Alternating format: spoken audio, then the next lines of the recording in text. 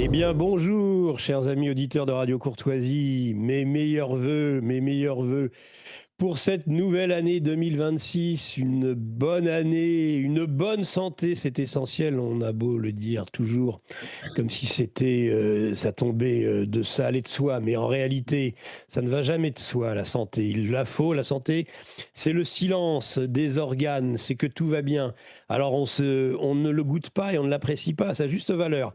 On s'en rend compte qu'on était en bonne santé lorsque l'on est malade et qu'on souffre et que l'on se dit ah mais je n'ai pas profité suffisamment de la bonne santé que je pouvais avoir. Alors je la crois vraiment importante. Et c'est pour ça que je vous la souhaite tous, chers auditeurs, et au premier chef, à la technique, à l'ensemble des techniciens et à celle qui les représente aujourd'hui, qui n'est autre que Virginie, que je remercie pour la réalisation de cette émission et à qui je souhaite bien sûr tous mes voeux pour la nouvelle année. Pareillement pour le standard. Alors le standard a eu un petit souci, donc il n'y aura pas de standard ce matin. Néanmoins, j'ai une pensée particulière pour Patrice, bien sûr, qui n'a pas été là. C'est totalement indépendant de sa volonté. Donc vous voudrez bien, chers auditeurs, uniquement passer ce matin par courriel électronique. Courriel électronique à l'adresse de la radio.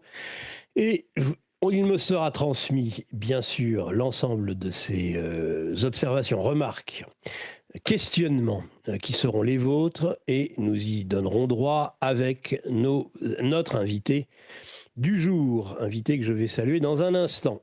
Auparavant, je remercie pour sa présence ce matin. Et elle va vous souhaiter, elle aussi, j'en suis sûr, les meilleurs vœux qui soient, eh bien, à celle qui m'assiste. Je n'ose pas dire toutes les semaines, puisque j'ai des fois des remarques en disant non, parfois elle n'est pas là, mais en tout cas elle est là. Elle est souvent là ces derniers temps, et elle est là ce matin. Il s'agit de Lara Stam. Bonjour ma chère Lara. Bonjour Nicolas, bonjour chers auditeurs. Tous mes vœux de bonheur à tous les auditeurs, à tous les bénévoles. Je cite en particulier donc Patrice, Sylvie, Marie-Hélène. Je leur souhaite bonne santé, mes meilleurs vœux pour toute cette année 2026, qu'elle soit la meilleure qui soit. Voilà, mes vœux de bonheur et de réussite à notre communauté et aussi GP qui est aujourd'hui nombreuse sur Radio Courtoisie. Merci Lara. Je le salue tout de suite parce qu'il est déjà là. Et puis ensuite, on fait notre Et sans petit. oublier Virginie et toute l'équipe technique, pardon, bonne année. Alors allez, puisque c'est ça, et puisque vous m'avez coupé la parole, c'est pas grave. Donnez-nous tous les techniciens, tiens. Ah non, je vais pas donner tous parce que je risque d'en Et, oublier et ceux qui seraient forcément. oubliés, évidemment, seront mécontents. Mais voilà, Virginie, Arnaud, Benoît, Stéphane, Claudio, qui d'autre? Enfin, je risque d'en oublier. Donc, Claudia.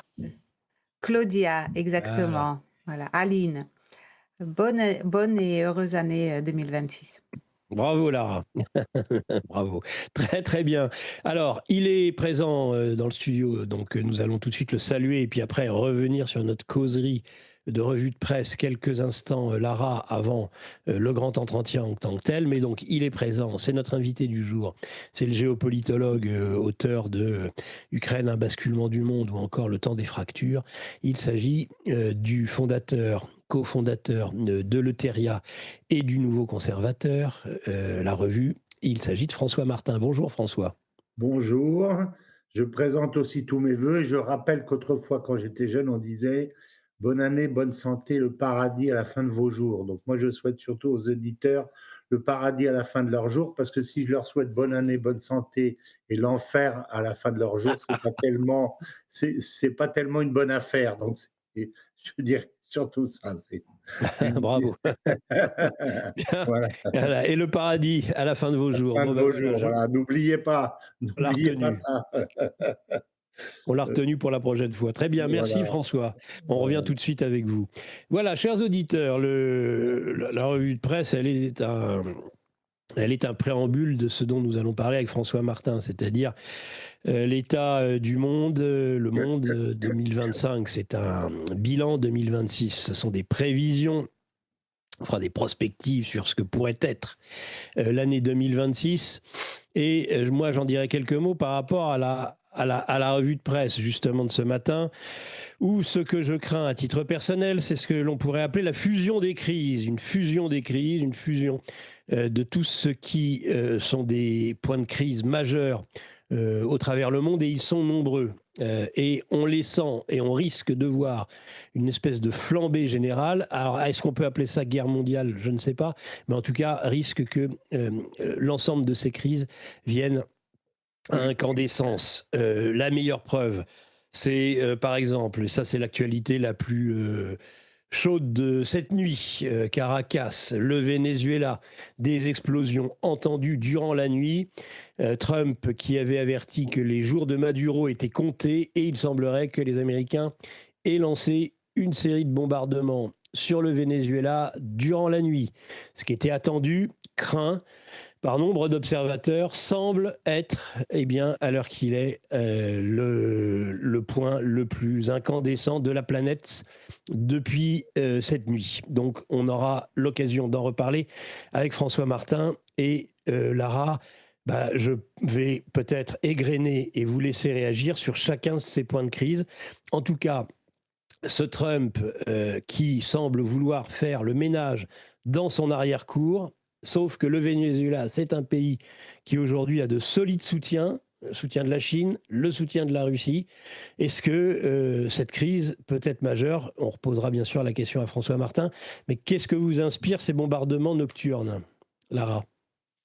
Écoutez, j'étais affligée à la lecture ce matin parce que, encore une fois, on ne décrète pas une guerre mondiale. La guerre mondiale, c'est lorsque plusieurs points chauds s'allument et que ceux qui concernent, ceux qui se sentent en fait les mains libérées pour attaquer les pays qu'ils considèrent comme étant leur point d'influence, etc., se mettent dans les conflits.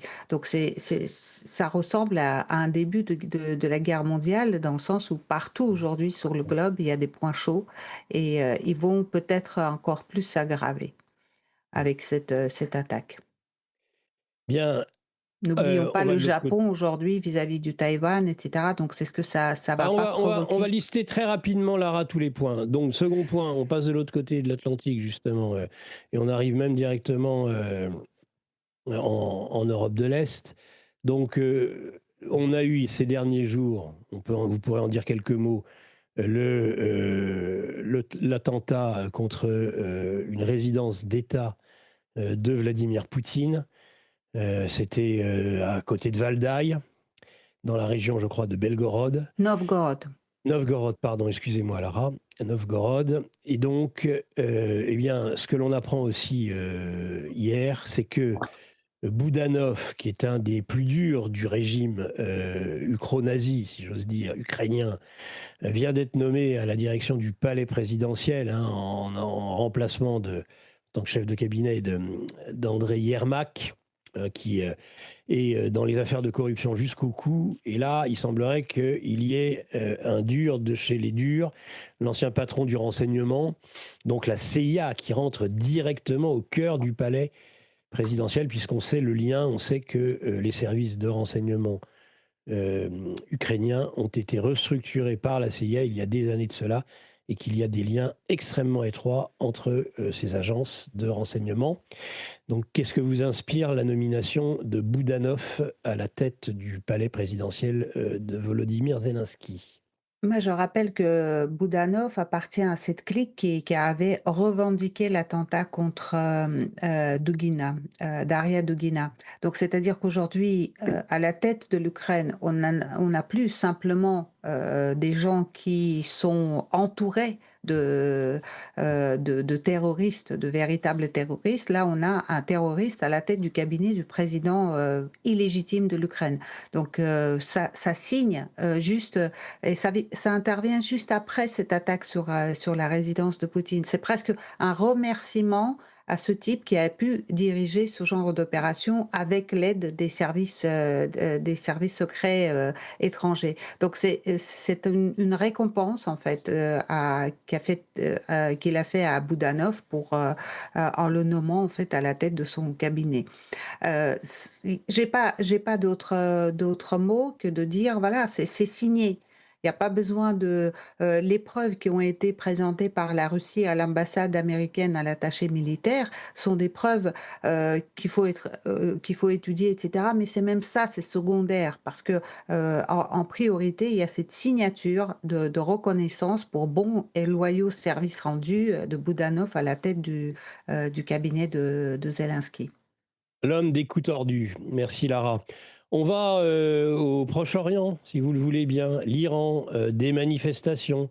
Est-ce des agitations liées aussi à des services de renseignement, Mossad, CIA? En tout cas, il y a une agitation. Et Trump, encore une fois, et je terminerai d'ailleurs sur Trump et le problème qu'il a aujourd'hui avec ses soutiens, avec le MAGA, eh bien, est un président qui nous avait été présenté comme non-impérialiste, comme cherchant Pacifiste. à en finir avec l'empire américain. On voit que là, à nouveau, il menace sur l'Iran d'intervenir, de bombarder, d'aller tuer. Hein, c'est sa grande formule. Nous allons aller tuer les Iraniens s'ils tirent et s'ils tuent leurs manifestants.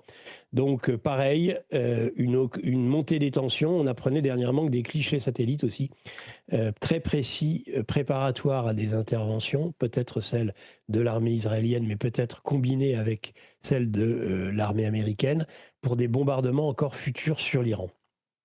Bah, écoutez, moi hier, j'ai lu une information qui m'a paru presque anecdotique, mais il semblerait que en fait, les pourtours de Pentagone aient bénéficié de beaucoup de commandes de pizza ces derniers temps, malgré les vacances.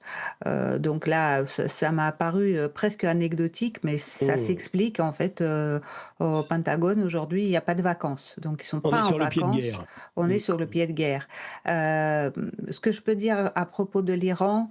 Encore une fois, faut pas oublier qu'ils vont se casser les dents, hein, sur l'Iran. C'est pas du tout un, c'est pas du tout un tigre de papier.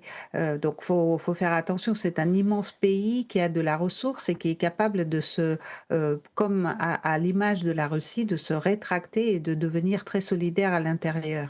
Ce qui se passe actuellement avec les mouvements, avec les manifestations, c'était tout à fait interne, lié à la politique monétaire, rien à voir avec des revendications de renversement de pouvoir, etc. Donc, transformer ça en autre chose, c'est ce qu'a essayé de faire la CIA et le MI6 dans la région. Mais ça ne risque pas d'aboutir. Bien, merci Lara. Donc voilà 3 points qui pourraient entrer en fusion.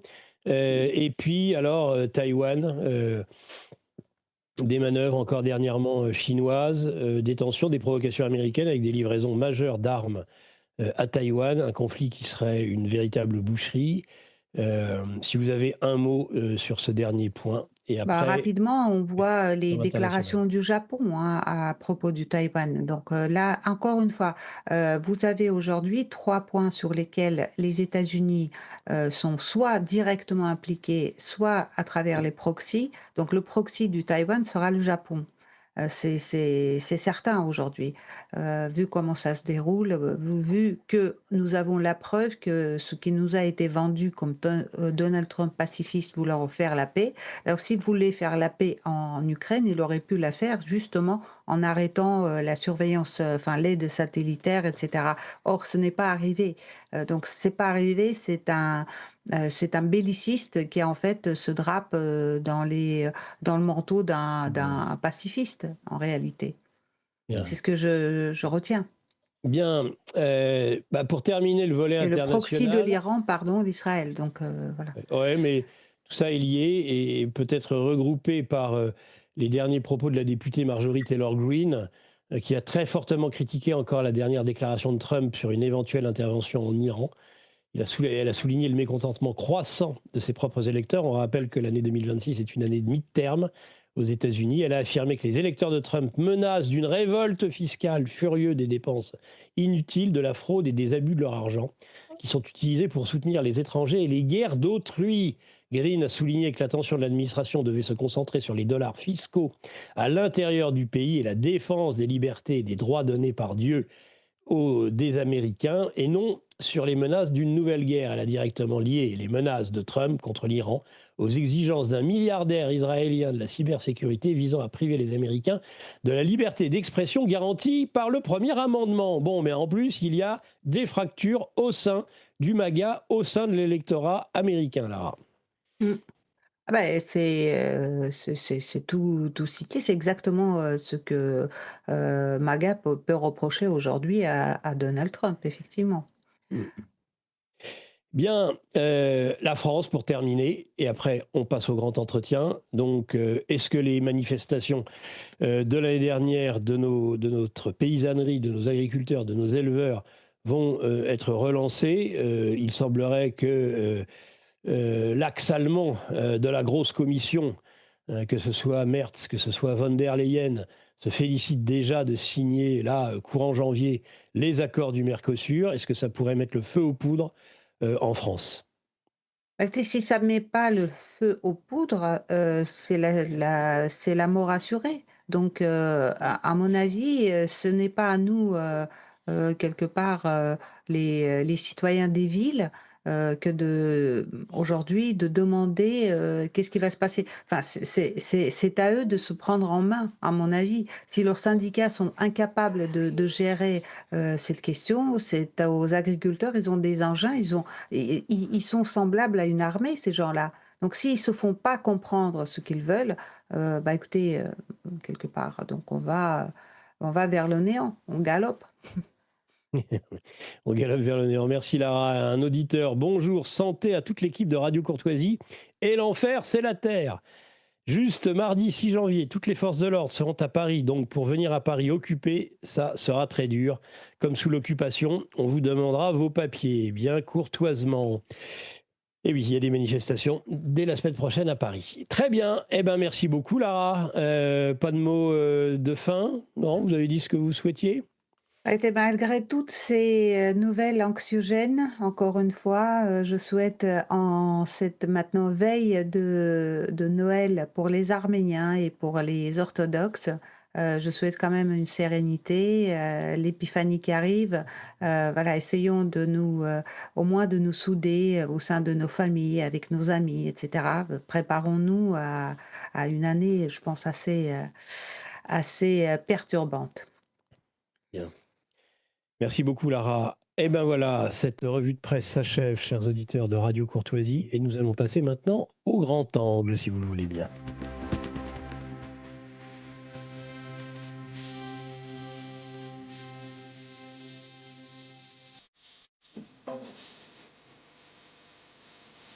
Voilà, ainsi parlait Zarathustra. Et Zarathustra, aujourd'hui, pour ce premier livre-journal de géopolitique profonde sur Radio Courtoisie du samedi 3 janvier 2026, c'est François Martin. Allez, François, mon cher François, donc bon, la revue de presse est un petit peu, hein, en résumé, le questionnement qui sera le mien. On a dit bilan 2025 et on a dit prospective, prévision 2026. 2026, oui. Alors, est-ce que vous avez envie déjà de ramasser dans une belle envolée le bilan 2025? Oui, oui, tout à fait. Alors moi, j'ai deux, je dirais, aigre doux, je dirais ça comme ça, sweet and bitter, comme on dit en anglais. Deux choses. Premièrement, les peuples, que de souffrance, que de souffrance.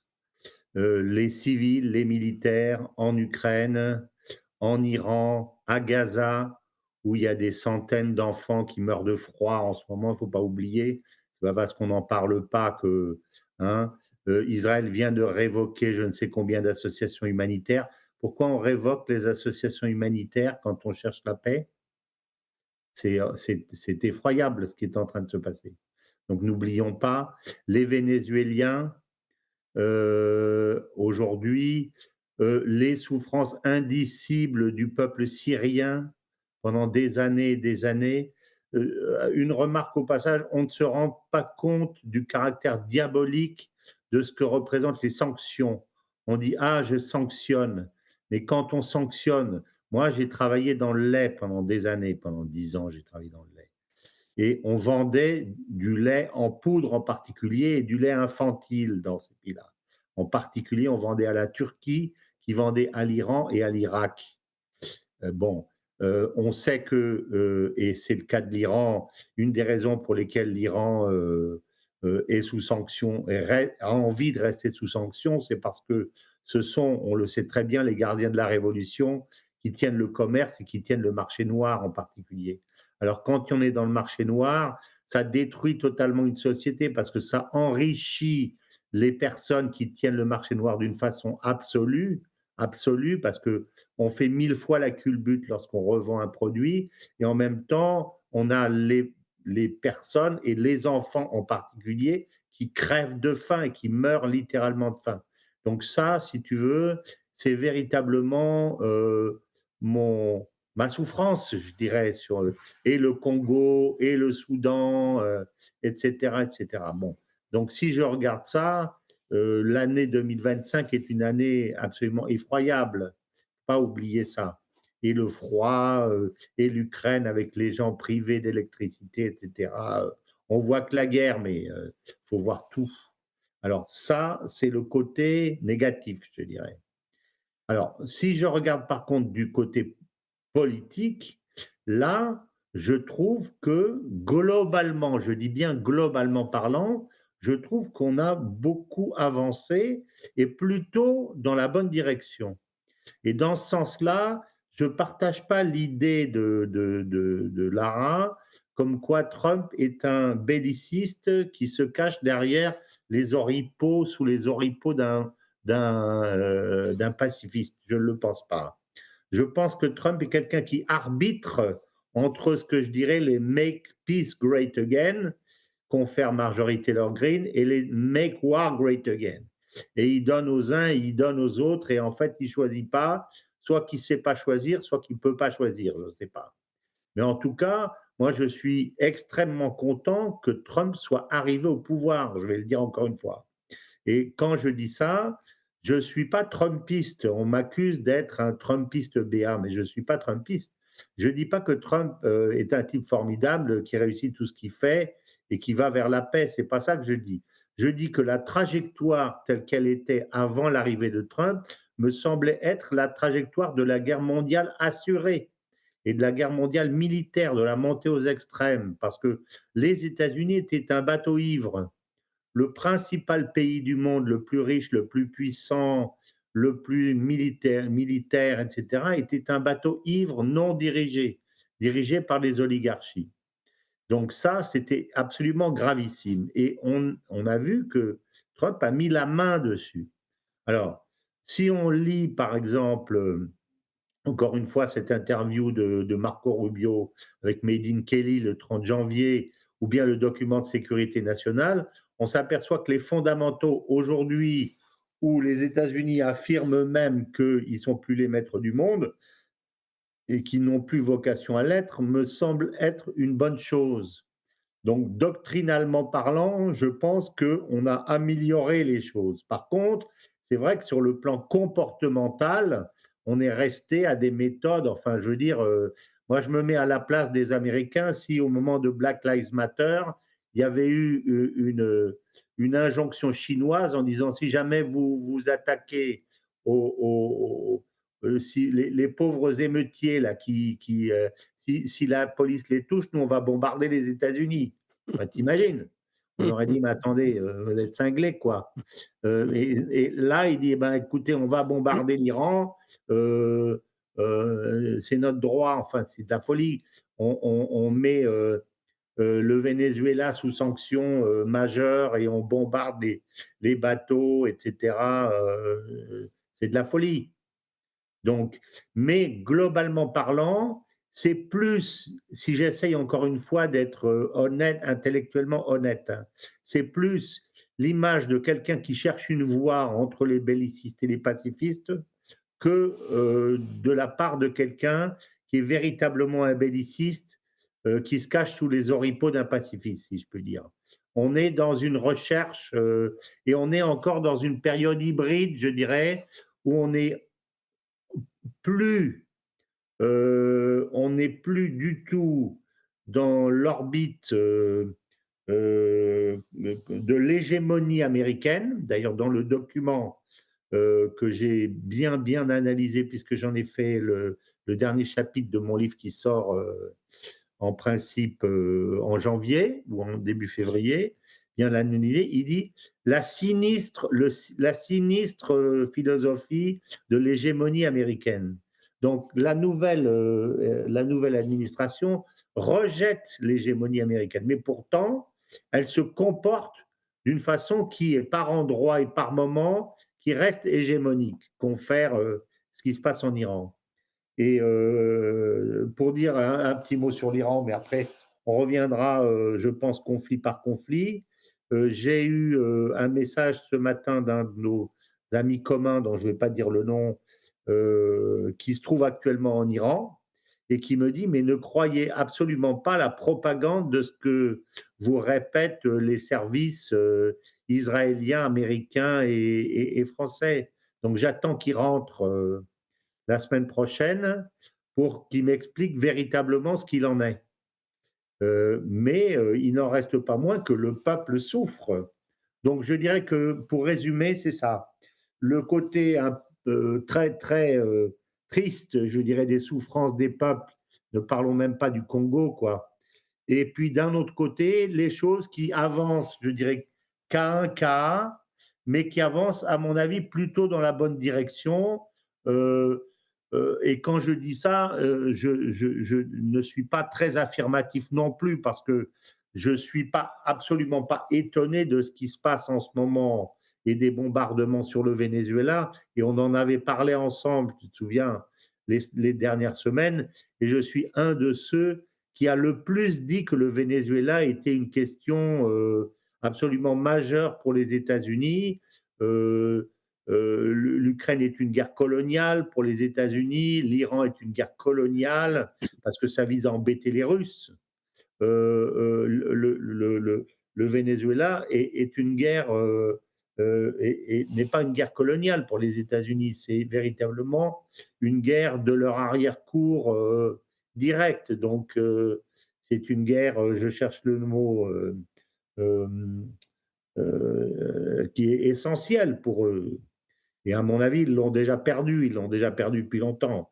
Mais je ne suis absolument pas étonné que la sauce, qu'on fasse monter la sauce sur ce plan. Et ça, c'est pour moi une des possibilités de mondialisation de cette guerre, à laquelle fondamentalement je ne crois pas. Hein, je ne crois pas. Mais de tout ce que tu viens de dire, moi, plutôt que de s'attacher à savoir est-ce qu'il est pacifiste ou belliciste, moi, ce que je constate, c'est que c'est le même impérialisme. Et ça, pour donner raison à un ami commun, patron d'émission sur Radio Courtoisie, François Martin, Paul-Marie Couteau l'avait dit. Alors, vous n'étiez pas d'accord à l'époque, mais il avait dit, mais c'est l'Empire. Trump sera l'Empire. Et d'ailleurs, l'Empire a de beaux jours parce que Trump, c'est moins mauvais que ce qu'aurait pu être Kamala Harris ou ce qu'était Joe Biden. Il se comporte, quand il est bien sur son espace vital, dans son arrière-cour, il frappe directement.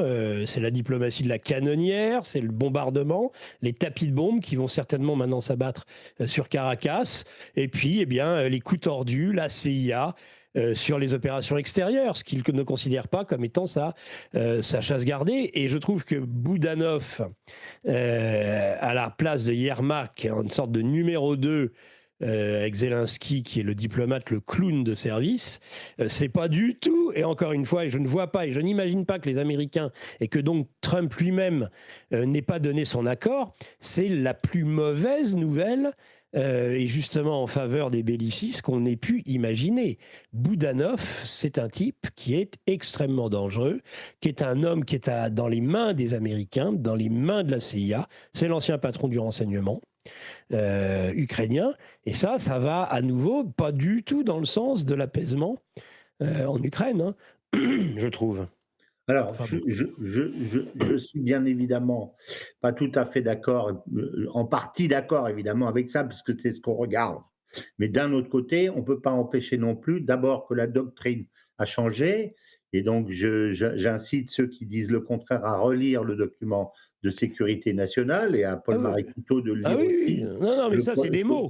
Oui, Ça mais sont des c'est mots. non, c'est pas des mots, Ah bah. c'est la doctrine. La Mmh. doctrine, quand tu publies une doctrine, tu publies une doctrine. C'est pas les mots, c'est ce que tu penses, c'est ce que tu veux faire. Alors ensuite, c'est pas forcément ce que tu fais. Et moi, je pense qu'on a plutôt un problème de comportement qu'un problème de doctrine. Enfin, c'est pas la même chose que de dire, l'épouvantable ou bien la sinistre hégémonie américaine dans un document officiel signé par le président de la République, que de dire nous, nous sommes la bénévolente globale hégémonie, c'est-à-dire nous sommes l'hégémonie globale bienfaisante qui était la doctrine officielle à l'époque de Bush fils, par exemple, et des néoconservateurs. Donc pour moi, il y a une différence entre doctrine et comportement. Mais Je qu'est-ce que suis ça veut d'accord sur le dire, comportement. François? François, Comment? qu'est-ce que ça veut dire? Qu'est-ce que ça veut dire une doctrine pour des Américains et pour Trump, l'homme de l'empirisme? On va juger l'arbre non pas à sa structure, mais à ses fruits. Je trouve que là, tu fais preuve d'un optimisme. Parce que la réalité, c'est que Trump est tout sauf un doctrinaire. Donc ils peuvent produire la Maison-Blanche toutes les doctrines qu'ils veulent. Ce type est un pur empiriste. Ça va au-delà du comportement. Ça, c'est l'action, et son action, elle va totalement en contradiction aujourd'hui. Il intervient partout dans le monde. On n'a jamais vu ça depuis bien longtemps. C'est de l'interventionnisme à l'état pur.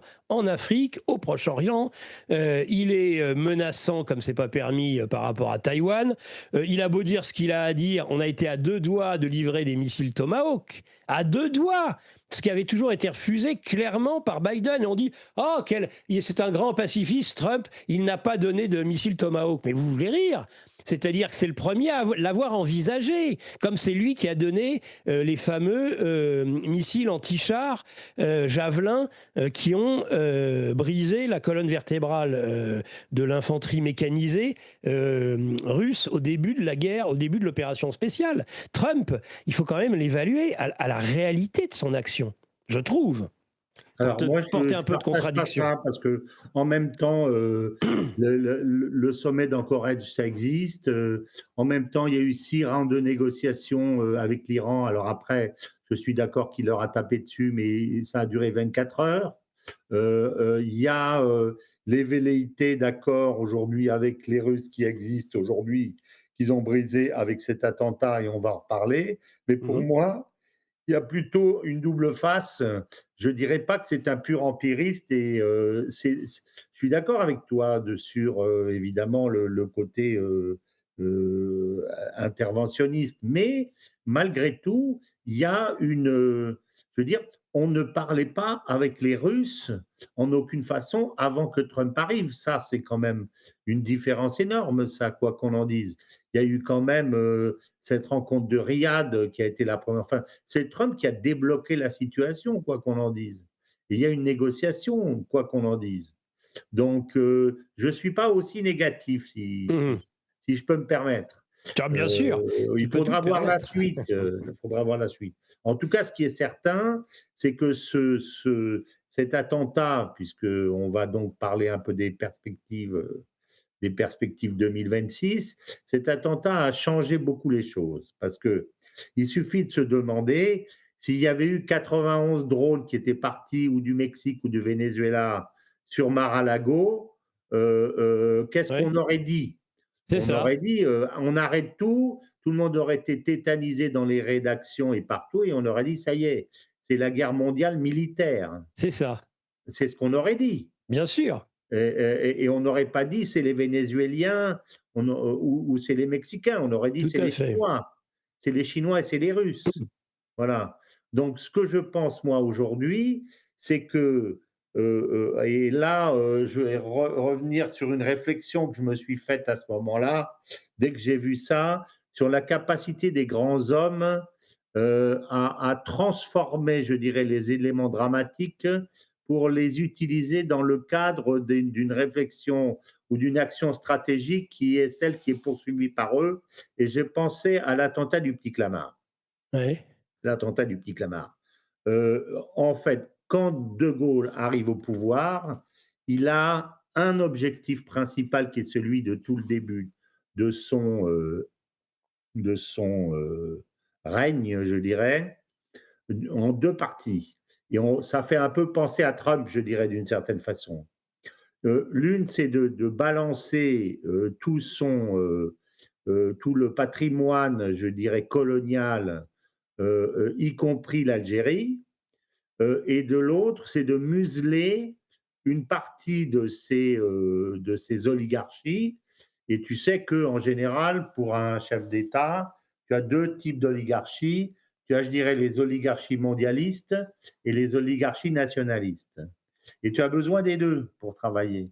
Parce que si tu n'as que des mondialistes, tu as ce que tu as aujourd'hui, c'est-à-dire que tu n'as plus de structure dans ton pays et tu n'es plus que le porte-parole d'un certain nombre de mondialistes qui sont en général toujours des compradors, des bourgeoisies compradors, qui cherchent l'affaiblissement du pays pour vendre le pays à l'encan à l'étranger. C'est ce qu'on vit aujourd'hui en France avec Macron. Mais tu as aussi parfois, tu es entre les mains des bourgeoisies nationalistes ou des groupes de pression nationalistes qui, eux, ne sont pas là pour la. En fait, tu as la chair d'un côté et tu as le squelette de l'autre. Alors, tu peux te passer ni des uns ni des autres parce que si tu n'as que des nationalistes, tu enfermes ton pays complètement et tu fais pas de commerce et tu enrichis pas tes populations. Si tu n'as que des mondialistes et des bourgeoisies compradors, tu as une petite élite qui est très riche et tu as une fracture sociale intense, c'est ce qu'on a aujourd'hui. Donc le but de Gaulle, c'était de se débarrasser, en l'occurrence, des nationalistes et des rêveurs de l'Empire, je dirais. Donc ça commence à Mostaganem, évidemment, je vous ai compris, où il dit, en gros, je vais vous tromper, c'est ça qu'il dit, son sous-jacent. Ensuite, il y a la première réponse, et ensuite, après, il y a le fait de donner l'indépendance. Ensuite, je vais vite, hein, il y a le premier référendum sur l'autodétermination de l'Algérie du 8 janvier 61. Ensuite, il y a le référendum, le deuxième, du 1er janvier 62 sur l'Algérie. Et ensuite, il y a l'attentat du Petit Clamart le 22 août 62. Et ensuite, il y a le référendum du suffrage universel le 28 octobre 62. Donc tout ça, c'est une série d'événements. Le but de Gaulle, c'est de se servir du suffrage universel pour verrouiller définitivement les oligarchies de son pays en se positionnant par-dessus la tête des oligarchies parce qu'il est adoubé directement par le peuple et non pas choisi par les oligarchies. C'est ça son objectif. Donc c'est véritablement ce référendum de octobre 62 est absolument fondamental pour De Gaulle. Et il dit c'était De Gaulle, il discute de ça a posteriori avec Perfit. Et Perfit lui dit, ben finalement, l'attentat du Petit Clamart, ça a permis je dirais, de dramatiser la question de l'élection du président au suffrage universel, et donc ça vous a rendu service d'une certaine façon. Et Perfit dit, et je la phrase dans la tête, à ce moment-là, le général pose sur moi son regard d'aigle et dit « ça tombe à pic ». C'est-à-dire qu'au moment où il se faisait tirer dessus par comment ça s'appelle, au moment du Petit Clamart, De Gaulle se dit pas « ça y est, je vais y passer », il se dit « chouette, c'est exactement ce dont j'avais besoin si je veux assurer ma victoire à ce référendum ». Et il le fait en octobre, c'est-à-dire 2 mois plus tard, au moment où la pression est extrêmement forte. Alors, je dis ça parce que si Poutine souhaite aujourd'hui aller jusqu'à Odessa, ce qui doit être quelque chose qui le titille quand même drôlement, il doit justifier ça auprès de ses populations. Parce que c'est quand même les conscrits qui meurent aujourd'hui dans cette guerre, qui est une guerre existentielle, mais qui est aussi, je dirais, quelque part une guerre extérieure, puisqu'elle n'est pas sur le sol russe, mis à part les petites incursions, mais c'est essentiellement sur le sol ukrainien. Mais là, il a véritablement un argument massu vis-à-vis de ses propres populations et vis-à-vis de l'extérieur pour dire mais moi je discute plus avec vous, maintenant je ferme les écoutilles et j'y vais. Donc je dirais que cet attentat lui ouvre une perspective et j'en suis d'autant plus certain que si tu regardes la distance qui existe entre Kiev ou la frontière qui est pas très loin et la région de Novgorod, ça fait 900 kilomètres. 900 kilomètres à peu près, hein, j'ai fait le calcul. Et si tu regardes la vitesse d'un drone militaire, ça fait à peu près 100 kilomètres à l'heure. Donc ça veut dire qu'ils ont observé ce mouvement pendant 9 heures. Donc, ils ont largement eu le temps, et Poutine a eu largement le temps, d'une part, de se mettre à l'abri s'il était effectivement là-bas, mais en tout cas d'élaborer une stratégie pour dire laissez-les venir.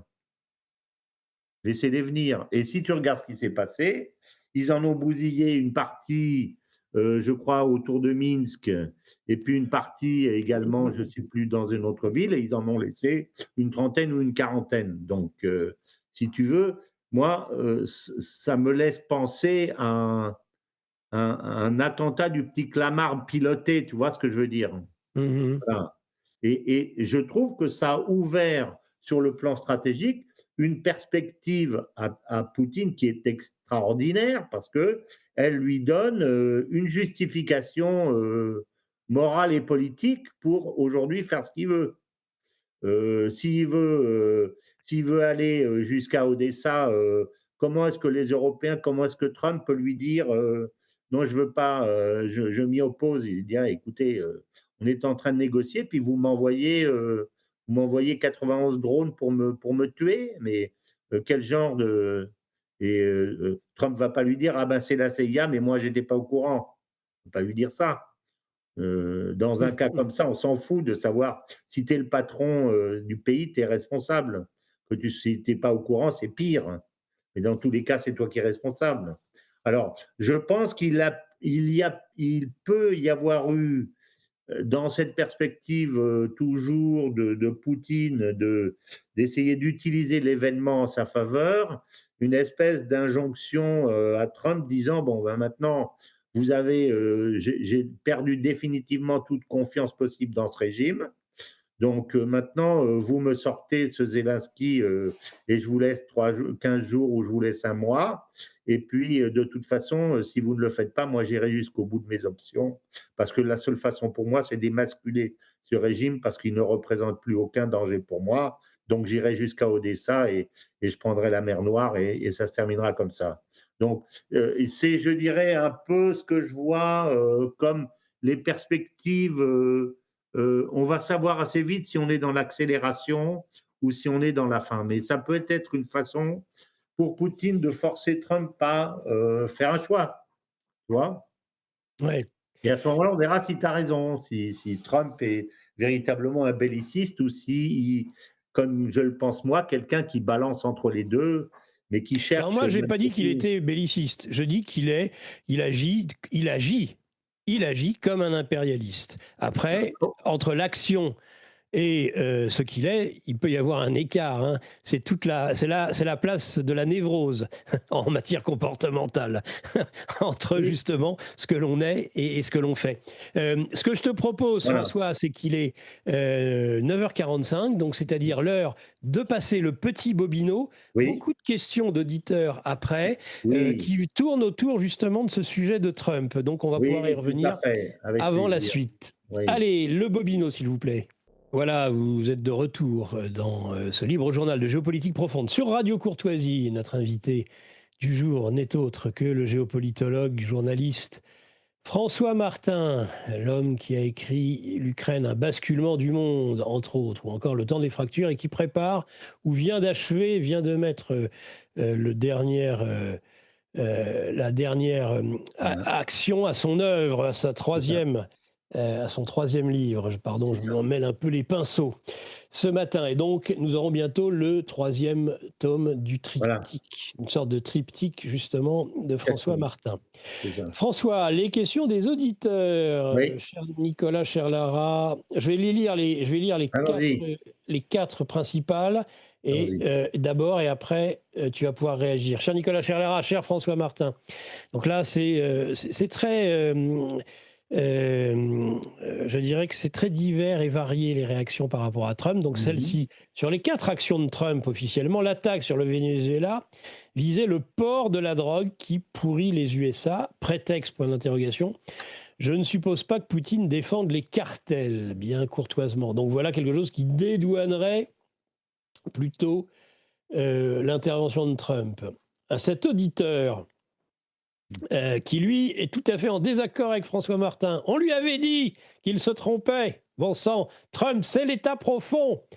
C'est l'État profond. Voilà, donc là, lui, est tout à fait à penser à l'inverse. Une auditrice qui, elle, va complètement dans le sens Trump, c'est quand même beaucoup mieux que si ça avait été quelqu'un d'autre. Cette auditrice nous dit bravo à votre invité, à Trump, pour avoir calmé les islamistes au Nigeria. J'aurais dit la même chose de Poutine quand il œuvrait en Syrie. Trump a aussi domestiqué le chef syrien. Alors moi, je suis pas sûr, mais bon, qu'il ait domestiqué Al-Shara. Je ne sais pas qui a domestiqué Non. qui. Trump a enfin inversé les flux migratoires aux USA, et quand il souffle son mépris à Macron, il nous venge. De toute façon, comme superpuissance, on n'a pas mieux. Ça, c'est ce que nous dit cette auditrice. Et enfin, dernière intervention signifiante sur ce sujet. Bonjour Lara, Nicolas, Monsieur Martin. Vous disiez que l'Amérique était un bateau ivre, que le bateau pataugeait, si je puis dire. Mes impressions de béotienne sont que je finis par croire que Trump a été mis en place pour endormir le peuple américain qui ne supportait plus les dérives, entre parenthèses euphémisme, mafieuses de Biden et l'entourage. Mon constat est que Trump ne fait rien si ce n'est la guerre partout, ou plutôt Trump mis en place par les néocons pour mettre le feu dans le monde. C'est un constat inquiétant, oui ou non? Point d'interrogation. Voilà, là, tu peux réagir par rapport à ces quatre messages. Oui, alors je vais essayer de répondre globalement. Je dirais non, je ne pense pas que Trump a été mis en place par les néoconservateurs. Il a créé ce mouvement MAGA en 2007 ou 2009. Donc ça fait maintenant presque 20 ans, quoi. Presque 20 ans, donc et il s'est appuyé là-dessus pour remporter sa première présidentielle et sa deuxième présidentielle. Donc c'est le combat de toute sa vie. Donc, c'est pas simplement un alibi. Enfin, tu trahis pas les gens qui ont fait toute ta carrière politique. Par contre, aujourd'hui, comment dire, les critiques de Marjorie Taylor Greene et pas seulement d'elle, de Tucker Carlson, etc., me semblent extrêmement justes. C'est-à-dire, ils jouent trop avec, je dirais, les obligations politiques, et dans ce sens-là, ce que sont en train de faire les Européens pour essayer de le pousser dans la guerre ou à continuer les guerres pour essayer de briser son mouvement MAGA sont tout à fait bien vues et intelligentes, je dirais, par rapport à leur stratégie.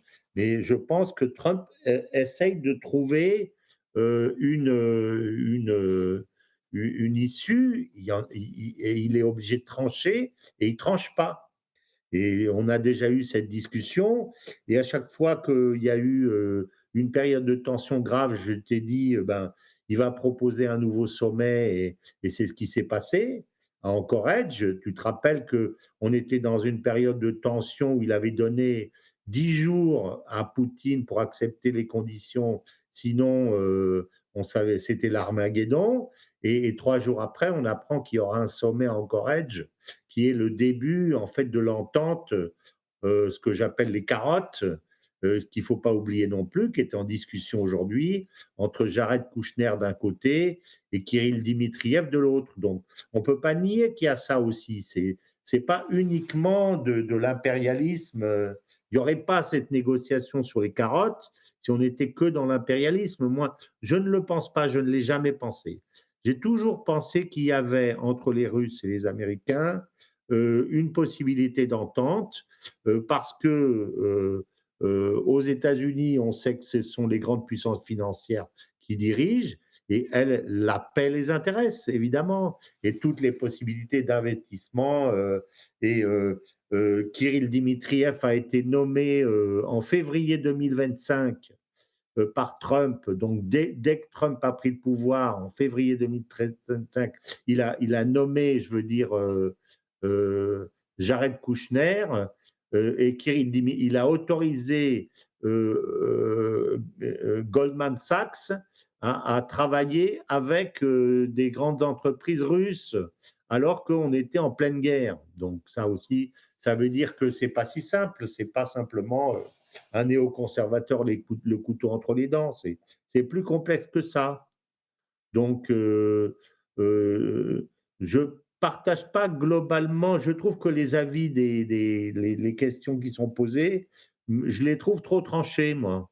Je pense qu'on est dans un entre-deux, et on en avait déjà discuté ensemble à ce sujet. On est dans un système hybride. Je pense que les Américains ont compris et ont accepté le fait qu'on est aujourd'hui dans une économie et dans un système westphalien et multipolaire, mais pour autant, et là je suis d'accord, Trump se conduit encore en partie comme comme un néoconservateur à l'ancienne. Je suis d'accord, voilà. Mais on est sur le fil du rasoir, exactement. Voilà. Bien, François. Alors, on continue sur les perspectives Oui, 2026, sur les prévisions qui sont les tiennes. tout à fait. Alors, une première chose, comme je l'ai dit, c'est qu'on va savoir assez vite, suite à l'attentat, si on est dans le stop ou dans le encore. Ça, on va savoir. Et ça, je dirais, est-ce que le message va être compris par l'Occident pour fermer la bouche et lier les mains définitivement à Zelensky ou non? Ça, on va le savoir assez vite. Et dans ce sens-là, moi, j'interprète le fait que Zelensky choisisse le chef de la sécurité comme son collaborateur le plus proche, comme une façon, si tu veux, de verrouiller les écoutilles pour se protéger dans cette situation qui va être excessivement dangereuse pour lui. C'est comme ça que je le vois, moi. C'est pas dans une perspective, je dirais, de contre-attaque, puisqu'on sait que on va être militairement dans l'échec absolu et de plus en plus, et en contrepartie dans la guerre sale. C'est ça qu'on voit se dessiner aujourd'hui. Donc, mais ça va être, je veux dire, Slaviansk et Kramatorsk vont tomber quand aujourd'hui on parle de 20 000 soldats, de 20 000 déserteurs ukrainiens par mois. 20 000 déserteurs ukrainiens par mois. Comment est-ce qu'une armée peut tenir avec 20 000 déserteurs par mois? On est à la fin, quoi. Oui, on est à Voilà, la fin. voilà, c'est ce que je Bon. pense. Donc, Trump, mais Poutine l'a dit, il a dit de toute façon, où j'aurai gain de cause par la négociation, où je l'aurai sur le plan militaire. Donc, il est sûr de son coup. Et les Américains le savent. Je rappelle que dans l'interview avec Megyn Kelly, quand elle lui dit et l'Ukraine, Marco Rubio, qui vient d'être mis 10 jours avant en place, dit mais les Ukrainiens ont perdu la guerre. Il le dit du tac au tac. Et Trump l'a dit à Zelensky, les Russes n'ont jamais perdu une guerre. Donc, c'est une évidence pour eux depuis le début. Donc, c'est pas juste un néocon qui essaye de faire perdurer la bénévolente globale hégémonie. On n'est pas là-dedans, je ne le crois pas. Mais le comportement, je suis d'accord, reste un comportement. Bon, tu dis, ben, attendez, je vais vous bombarder. Bon, le Venezuela, c'est autre chose. Le Venezuela, c'est un territoire existentiel pour les Américains. Mais c'est un territoire existentiel alors que, encore une fois, la, la, la, je dirais, la doctrine Monroe est mangée aux mythes depuis 20 ans, et elle est mangée à des mythes qui parlent le cantonais, le mandarin et le russe. Toute l'Amérique du Sud a été phagocytée par les Chinois qui ont investi, investi, investi. Donc, ils ont répondu à la doctrine Monroe, qui est une doctrine de la canonnière, en disant ben, je vais vous acheter. Et c'est ce qu'ils ont fait, discrètement et intelligemment. Et tous les pays aujourd'hui, sauf l'Argentine qui vient de rebasculer dans le camp américain, mais qui était un des pays qui avait été le plus stipendié par la Chine, qui a payé les infrastructures, les routes, etc., etc. C'est une diplomatie et c'est une conquête par le commerce, tout ce qu'ont fait les Chinois, mais toute l'Amérique du Sud aujourd'hui est cynisée très profondément. C'est ça dont les gens ne se rendent pas compte. Donc, la situation américaine, elle est catastrophique sur le plan géopolitique aujourd'hui. Donc, je peux comprendre cette espèce d'attaque américaine sur le Venezuela. C'est pas simplement néoconservateur, ça. C'est une espèce de réponse existentielle, mais elle est trop tardive. Parce que on a bien vu dans la négociation entre les Américains et les Chinois, si la confrontation à travers le Venezuela est véritablement une confrontation géopolitique majeure entre la Chine et les États-Unis, c'est la Chine qui va gagner. Parce que la Chine a deux armes. Une arme, ce sont les terres rares, dont les Américains ont absolument besoin, en particulier pour leur industrie militaire. Donc, ils ne peuvent pas se permettre un embargo total de la Chine vers les États-Unis. Ils ne peuvent pas se permettre ça. Et d'autre part, ils ne peuvent pas se permettre non plus que les Chinois décident d'une guerre financière et de vendre à grande quantité les bons du Trésor dont ils sont les principaux détenteurs.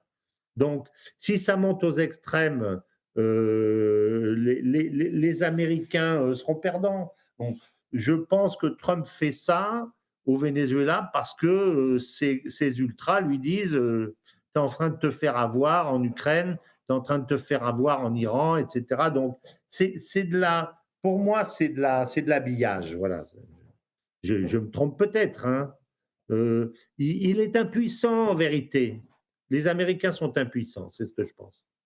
C'est ce que je En pense. tout cas, les bombardements de cette nuit sont confirmés avec implication américaine. Hein. C'est des informations qui viennent de Reuters contre des bases. Il ne s'agit pas d'un port, hein, l'auditeur qui disait c'est un port qui est bombardé. Non, non, là, ce sont des bases militaires vénézuéliennes qui sont actuellement bombardées. On va voir ce qui va se passer, mais si tu veux, tu remarqueras par ailleurs que ni les Russes ni les Chinois ne réagissent jamais à chaud. Jamais à chaud. Ils se donnent toujours le temps de la réflexion et jusqu'à présent, ça leur a réussi. Hein. Moi, je suis sidéré, par exemple, je le redis encore une fois, que les deux ports du canal de Panama appartiennent à des intérêts chinois. Enfin, que les Américains aient laissé faire ça, on dit, mais extraordinairement long sur l'état de décrépitude de leur réflexion stratégique avant l'arrivée de Trump. Ben ça explique pourquoi Trump cherche à nationaliser maintenant le canal. Ouais. Mais c'est trop tard.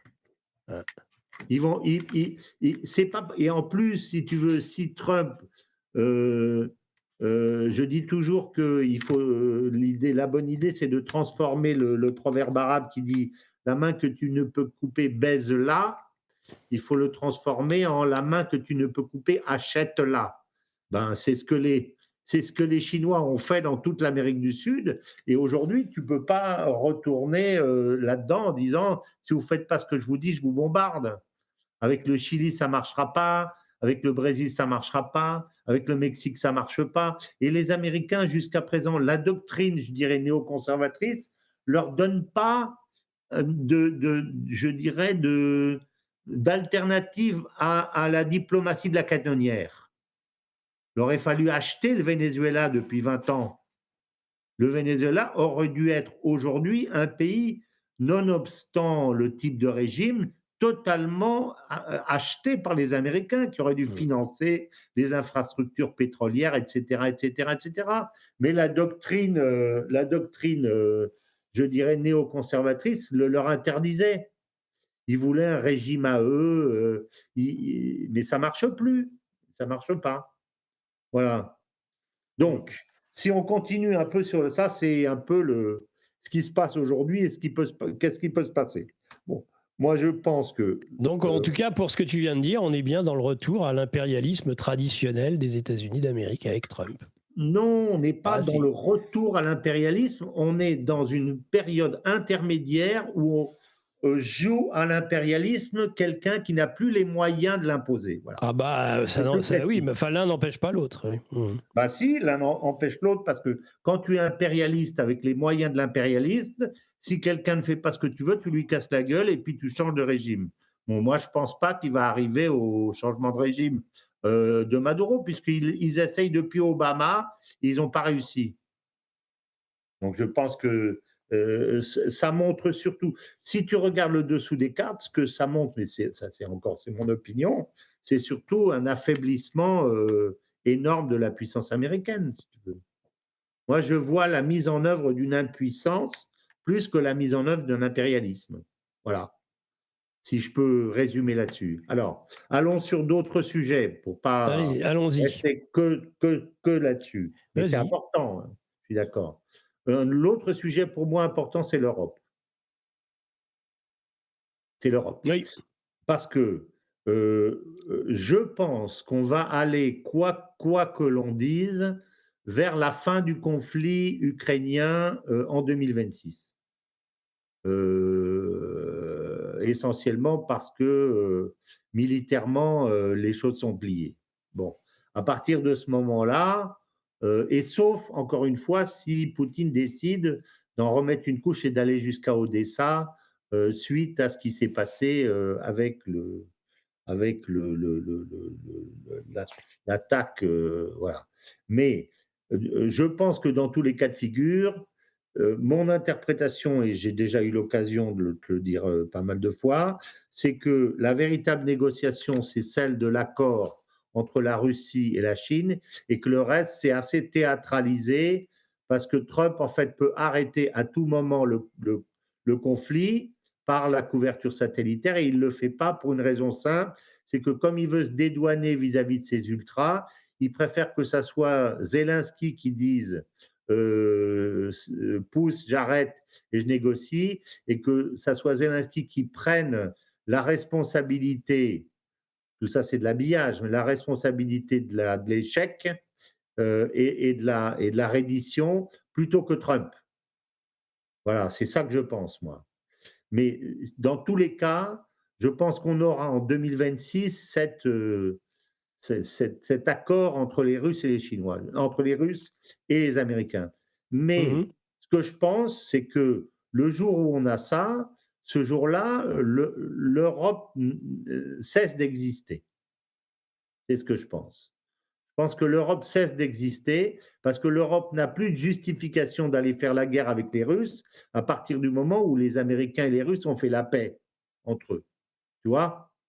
Voilà. Donc, toutes nos justifications de nos va-t-en-guerre, la coalition des volontaires, Angleterre, Allemagne, France, etc., n'existent plus à ce moment-là. Alors, moi, je ne vois pas les Anglais, je ne sais pas comment les Anglais vont faire, mais je vois. Alors, Nigel Farage, je ne sais pas d'ailleurs quelle est la position de Nigel Farage par rapport au conflit russe. Je n'ai pas étudié ça de près, mais bon, c'est l'homme qui monte, mais je ne sais pas ce qu'il pense. En tout cas, il y a un pays pour moi qui va être le prochain moteur, si tu veux, du changement, c'est l'Allemagne, évidemment. Mmh. Aujourd'hui, les derniers sondages mettent Alice Weidel comme prochain chancelier, les sondages allemands. Ben Enfin, ça, les c'est élections sont pas pour tout de suite, mais non, mais c'est une révolution, ça. ouais. Et elle ira à Moscou, puisqu'elle a déjà dit que, bon, la prospérité allemande, c'est le gaz russe. Et la ruine allemande, c'est le gaz américain. Donc, elle va aller chercher du gaz chez les Russes. c'est évident. Or, comme l'Europe s'est organisée comme un bastion, là, comme le fort de Belonzio qui domine la plaine, d'où l'ennemi viendra qui me fera héros, comme dit Jacques Brel, hein, le fort de Belonzio européen face aux hordes mongoles, ça veut dire que l'Europe explose à ce moment-là. Voilà, c'est ça que ça veut dire.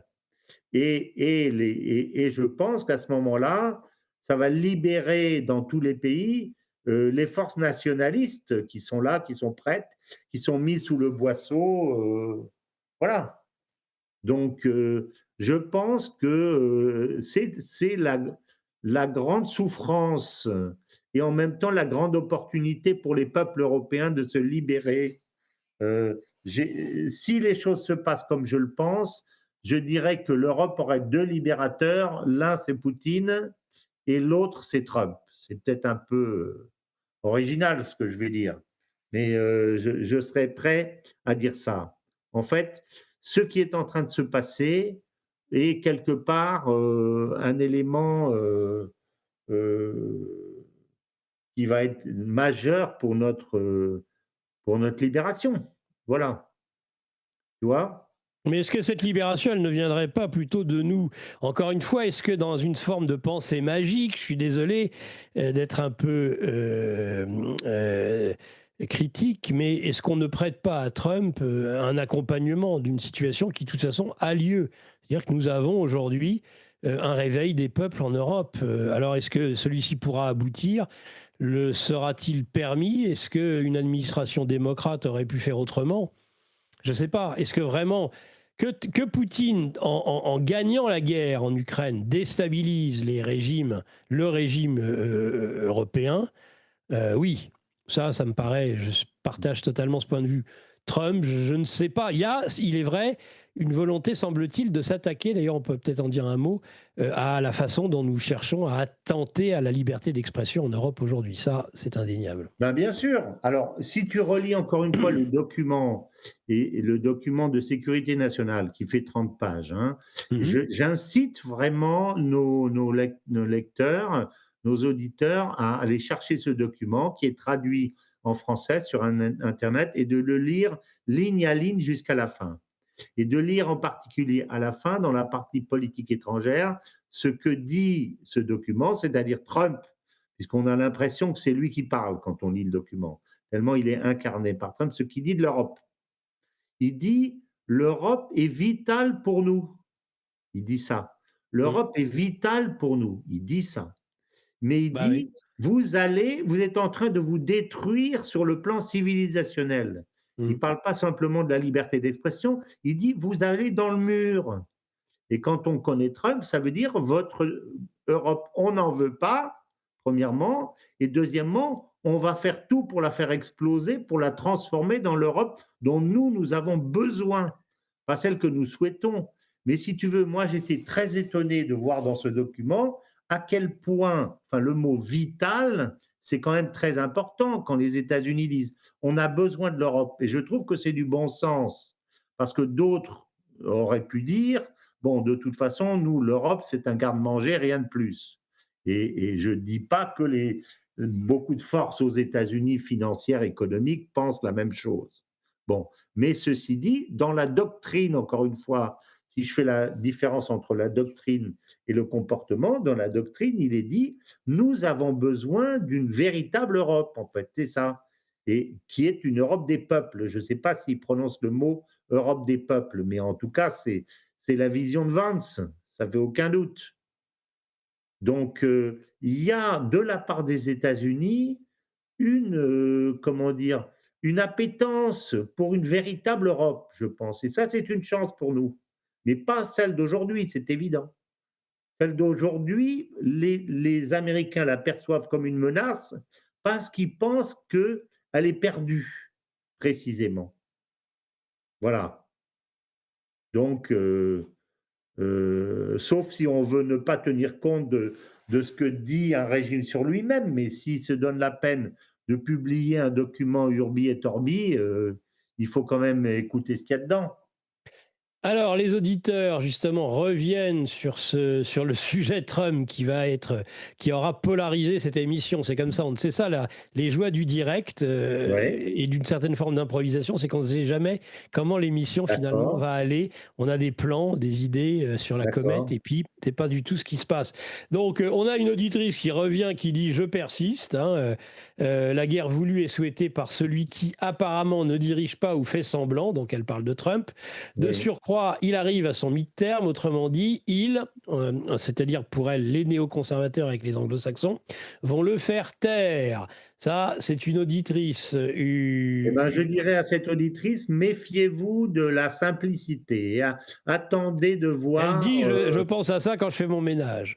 Voilà. Bon, elle a de l'humour. Il nous a souvent étonnés dans un sens et dans un autre. Donc, je rappelle que Trump est quand même un équilibriste extraordinaire qui est arrivé à se faufiler à travers les situations les pires et les pires des comment ça s'appelle, des accusations, des procès, etc. Moi, je ne vendrai pas la peau de l'ours ou du picard Trump avant de l'avoir plumé, tu vois. Un auditeur qui n'est pas du tout d'accord avec toi, qui dit Trump est un ultrationniste dans la grande tradition des USA. Toutes ces gesticulations ne sont que des simagrées pour donner le change auprès des MAGA. Sa politique en Palestine en est la preuve. Meilleurs vœux. Pas d'accord. C'est pas si Euh, simple, là aussi. un auditeur, ce sujet est intéressant. Ouais. Bonjour, j'ai des doutes sur la fin du conflit en Ukraine pour 2026. Je vois bien Macron envoyer la Légion étrangère sur le front, ensuite guerre Russie-France. Ce n'est qu'un avis et heureusement, bien Alors, courtoisement. je dirais répondre à cet auditeur Ouais. que je pense que la Légion y a déjà été.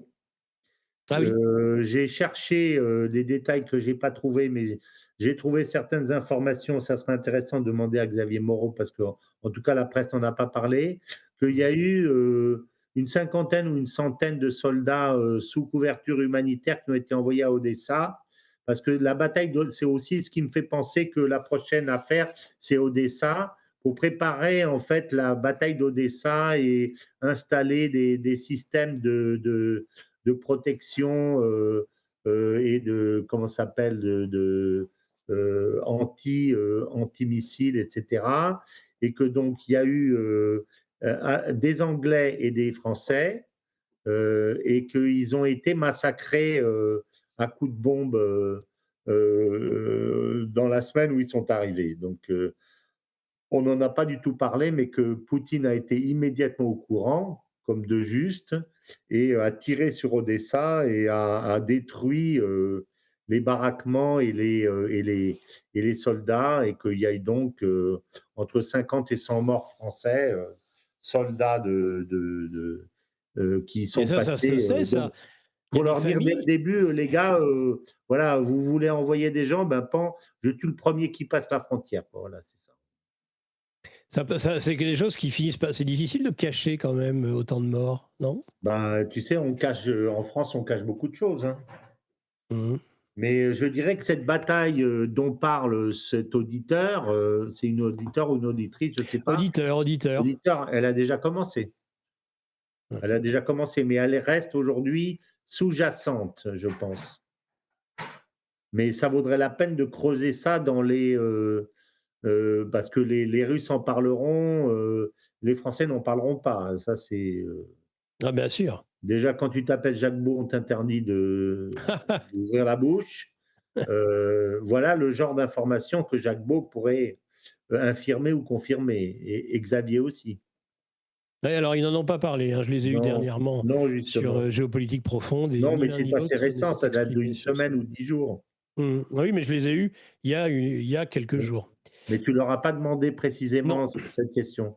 non, mais c'est vrai que c'est un sujet essentiel. Bah Je oui. ne sais si c'est vrai. Le fait que Poutine ait fait une allusion, si tu veux, à la Nouvelle-Russie, le fait qu'il y ait ces escarmouches, je dirais, ou c'est plus que des escarmouches sur Odessa, tout ça me laisse à penser qu'on va vivre un 2e Ouais. acte de la pièce, et que le fait que les Russes sont en train de pousser vers Zaporijia en ce moment dans le sud.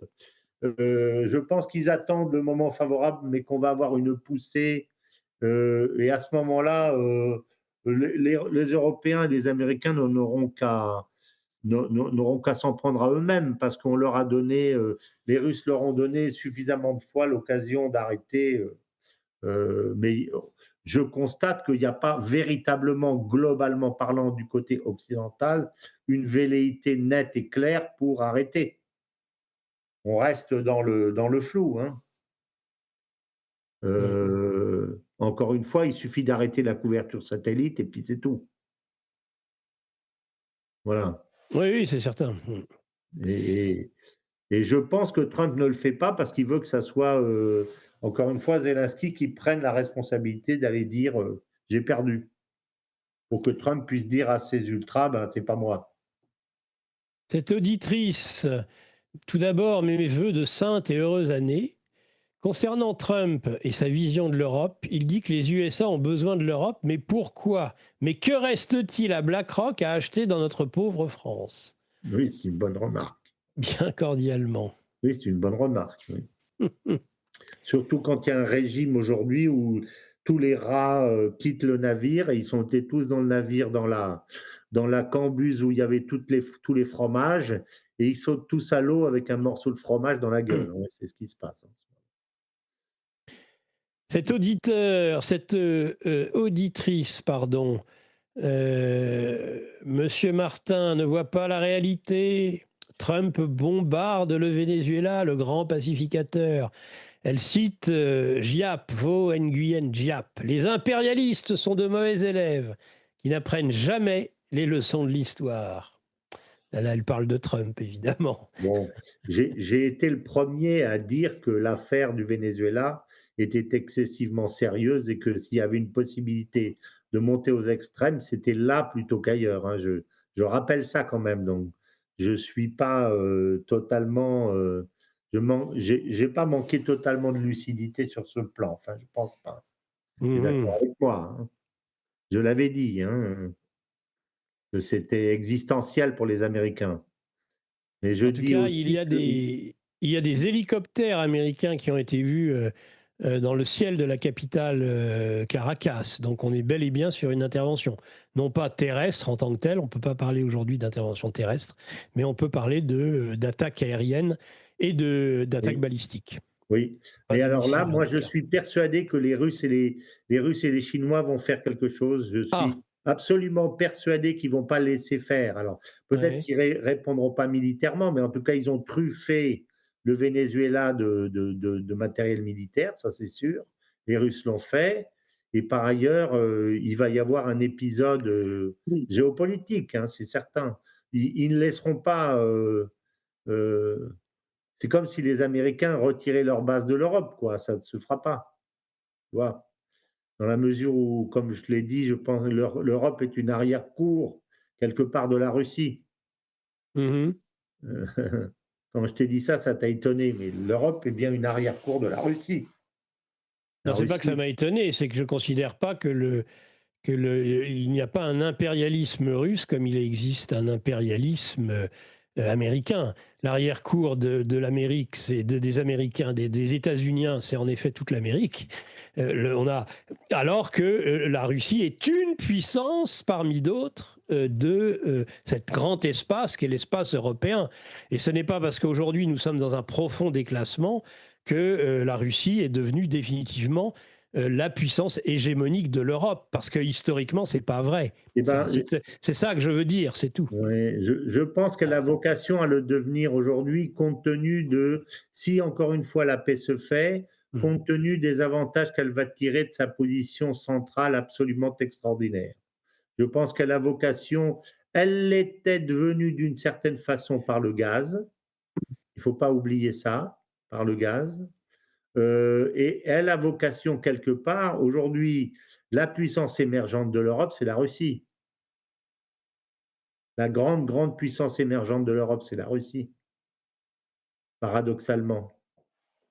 Si on enlève les lunettes de la Deuxième Guerre mondiale, aujourd'hui, l'Europe, elle a vocation à être une arrière-cour de la Russie, même si la Russie, si tu veux, ne cherchera pas à envahir l'Europe. Mais on anticipe un peu trop peut-être aujourd'hui, si on dit ça. Et moi, je vois que, si tu veux, si ce que l'autre partie dont on ne parle pas, c'est-à-dire toutes les négociations, des affaires qui ont été d'ailleurs indiquées simplement par une déclaration de quelques lignes de Poutine à Anchorage, disant qu'il y avait énormément de choses à faire sur le plan non seulement du pétrole, mais des terres, de l'intelligence artificielle, de, de la route des glaces, de l'Arctique, etc., etc. Et Trump a répondu, oui, les Russes sont des commerçants extraordinaires. Voilà ce qu'il a répondu. Donc ça veut dire, on a tout à faire ensemble.